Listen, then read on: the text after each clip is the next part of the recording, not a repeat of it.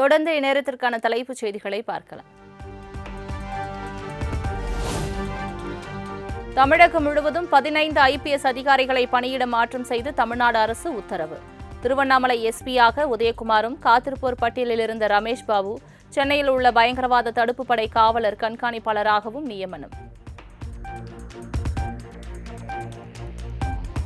61வது திருமண நாளை கொண்டாடும் தந்தை ராமதாஸை நேரில் சந்தித்து ஆற தழுவி அன்புமணி வாழ்த்து. மகன் அன்புமணியை கண்ணீருடன் கட்டித் தழுவி ராமதாஸ் நெகிழ்ச்சி.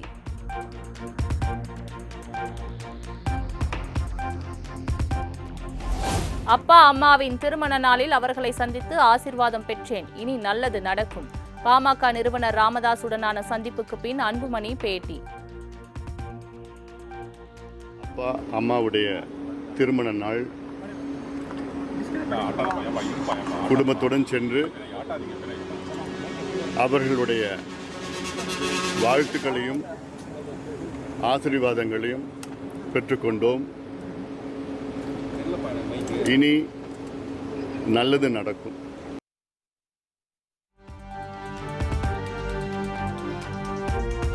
அன்புமணி உடனான சந்திப்பின் போது அவரை ஆற தழுவி கண்ணீர் கலங்கிய ராமதாஸ் பேத்திகளையும் ஆசிர்வதித்து மகிழ்ந்தார்.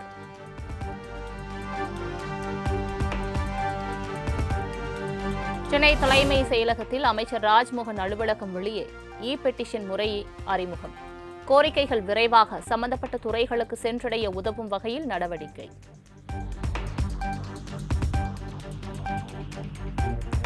சென்னை மாநகராட்சி கீழ் செயல்படும் பள்ளிகளில் எம்எல்ஏக்கள் கவுன்சிலர்கள் செல்லக்கூடாது, மீறினால் கடும் நடவடிக்கை.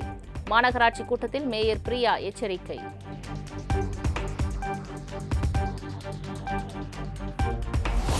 மேற்கு தொடர்ச்சி மலை மாவட்டங்கள், வட உள் தமிழகத்தில் கனமழைக்கு வாய்ப்பு.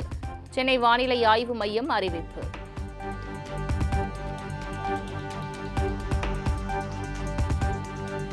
அருணாச்சல பிரதேச மாநிலம் பன்யோர் மாவட்டத்தில் காட்டாற்று வெள்ளப்பெருக்கு. கரையோரங்களில் இருந்த குடியிருப்புகள் வெள்ளத்தில் அடித்து செல்லப்பட்டு சேதம்.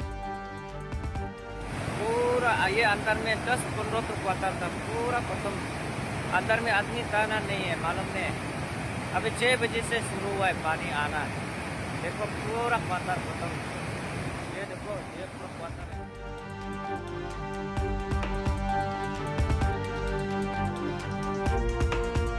மும்பையில் இடி மின்னலுடன் வெளுத்து வாங்கிய கனமழை. தாழ்வான பகுதிகள் மற்றும் பிரதான சாலைகளில் வெள்ளம் கரை புரண்டதால் வாகன ஓட்டிகள் பாதிப்பு.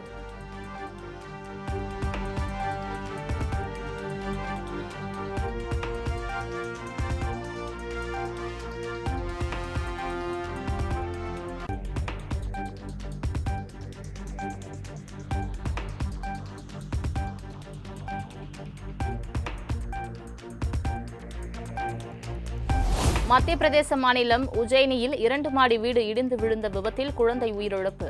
கட்டிட இடிபாடுகளை அகற்றி மீட்பு பணியில் ஈடுபட்ட தீயணைப்பு படை வீரர்கள்.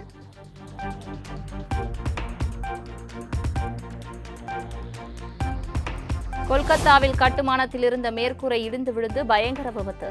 தொழிலாளர்கள் பலர் இடிபாடுகளுக்குள் சிக்கி இருக்கலாம் என அஞ்சப்படும் நிலையில் மீட்பு பணிகள் மும்முரம்.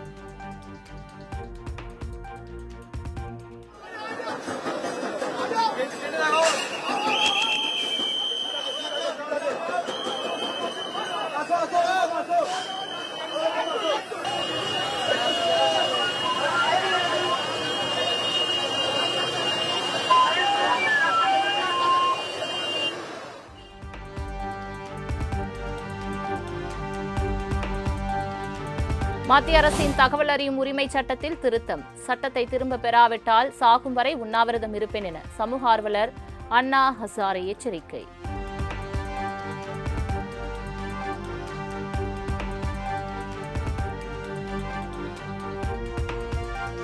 TNPSC மூலம் மின்சாரத்துறைக்கு தேர்வு செய்யப்பட்ட 383 பேருக்கு பணி நியமன ஆணைகளை வழங்கினார் முதலமைச்சர் விஜய்.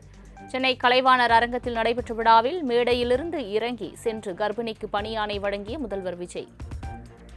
அட்சயலட்சுமி அவர்கள் இவர் நிறைமாத கர்ப்பிணியாக இருக்கிறார். மாண்புமிகு தமிழ்நாடு முதலமைச்சர் அவர்கள் மேடையிலிருந்து கீழே இறங்கி சென்று அட்சயலட்சுமி அவர்கள் இருக்கக்கூடிய இடத்திற்கே பணி நியமன ஆணையை வழங்கி சிறப்பிக்க இருக்கின்றார்கள். இவருக்கு இன்னும் 3 நாட்களில் பிரசவ தேதி அறிவிக்கப்பட்டிருக்கிறது. இவருக்கு 28ஆம் தேதி பிரசவ தேதி அறிவிக்கப்பட்டிருக்கிறது. இன்றைக்கு நம்முடைய மாண்புமிகு தமிழ்நாடு முதலமைச்சர் அவர்களின் திருக்கரங்களால் பணி நியமன ஆணையை பெற வருகை தந்திருக்கிறார். நாளை இந்த உலகிற்கு வருகை தரும் புத்தம் புது உயிரின் பாதுகாப்பிற்கும் நம் தமிழ்நாடு அரசு துணை நிற்கும் என்பதற்கு எடுத்துக்காட்டாக நம் மாண்புமிகு தமிழ்நாடு முதலமைச்சர் அவர்கள் அட்சயலட்சுமி அவர்களின் கனவுகளை நனவாக்கும் விதமாக பணி நியமன ஆணையை வழங்கி சிறப்பிக்கிறார்கள்.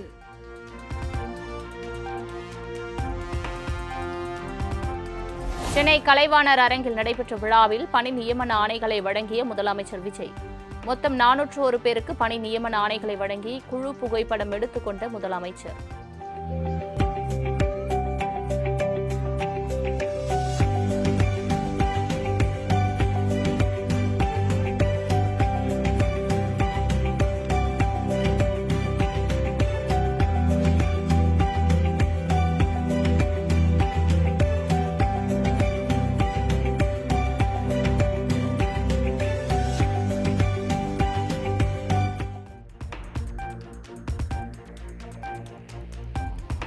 மின்சாரத்துறையில் 15,000 பணியிடங்களை நிரப்ப அரை மணி நேரத்தில் முதலமைச்சர் விஜய் ஒப்புதல். மின்சாரத்துறையில் 70,000 காலி பணியிடங்கள் உள்ளதாகவும் விரைவில் நிரப்பப்படும் எனவும் அமைச்சர் நிர்மல்குமார் திட்டவட்டம். குறிப்பிட்ட முக்கியமான விஷயம், இந்த துறைக்கு 70,000 மேல வேக்கன்ட் இருக்கு. சோ அதுல 15,000 இந்த வருடத்தில் ஃபில் பண்ண வேண்டிய கட்டாயத்தில் இருக்குன்னு சொன்னோம்.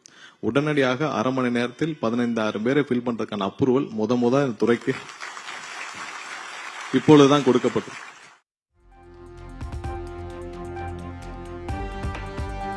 மின்சாரத்துறை கடந்த 25 ஆண்டுகளில் எந்த அளவுக்கு சீரழிக்க முடியுமோ அந்த அளவுக்கு சீரழிந்து கிடப்பதாக அமைச்சர் நிர்மல்குமார் குற்றச்சாட்டு.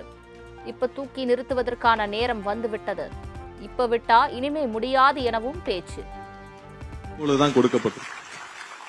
எவ்வளவுக்கு எவ்வளவு இந்த துறை மின்சாரத்துறை சீரழிக்க முடியுமோ அவ்வளவு அளவுக்கு கடந்த 25 வருஷத்துக்கு மேல சீரழிந்து கிடைக்கும் இந்த துறையை இப்ப தூக்கி நிமித்துறதுக்கான நேரம் வந்துவிட்டது. ஏன்னா இப்ப விட்டோம்னா இந்த துறை இதுக்கப்புறம் சீரமைக்கவே முடியாது. திருச்செந்தூர் முருகன் கோவிலில் சிறப்பு தரிசன டிக்கெட் விலை உயர்த்தப்பட்டதாக வெளியான தகவலுக்கு அமைச்சர் ரமேஷ் மறுப்பு. டிக்கெட் விலையை உயர்த்துவது குறித்து பக்தர்களிடம் கருத்துகள் மட்டுமே கேட்டதாக விளக்கம்.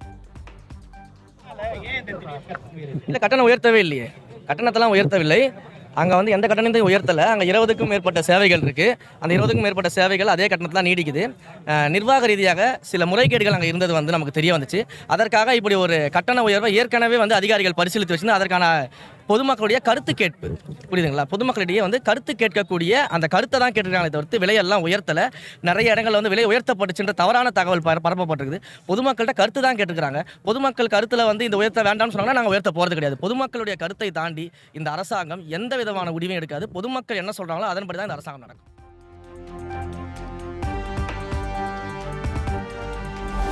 தெருவோர உணவு கடைகளை சுத்தமாகவும் சுகாதாரமாகவும் மாற்றும் பொருட்டு தமிழக அரசின் சார்பில் கடன் உதவி திட்டம் அறிமுகம். சென்னை, திருச்சி, மதுரை, கோவை, சேலம், திருப்பூர் ஆகிய மாவட்டங்களில் முதற்கட்டமாக கொண்டு வரப்படும் என அமைச்சர் அருண்ராஜ் தகவல்.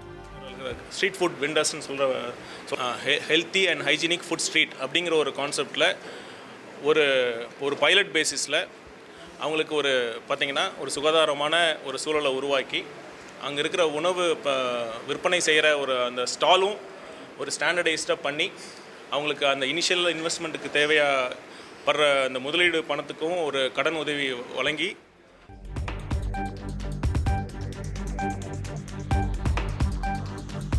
சென்னை மாநகராட்சி கூட்டத்தில் முதலமைச்சர் விஜய்க்கு காங்கிரஸ் கவுன்சிலர்கள் வாழ்த்து தெரிவித்ததால் திமுக கவுன்சிலர்கள் வாக்குவாதம்.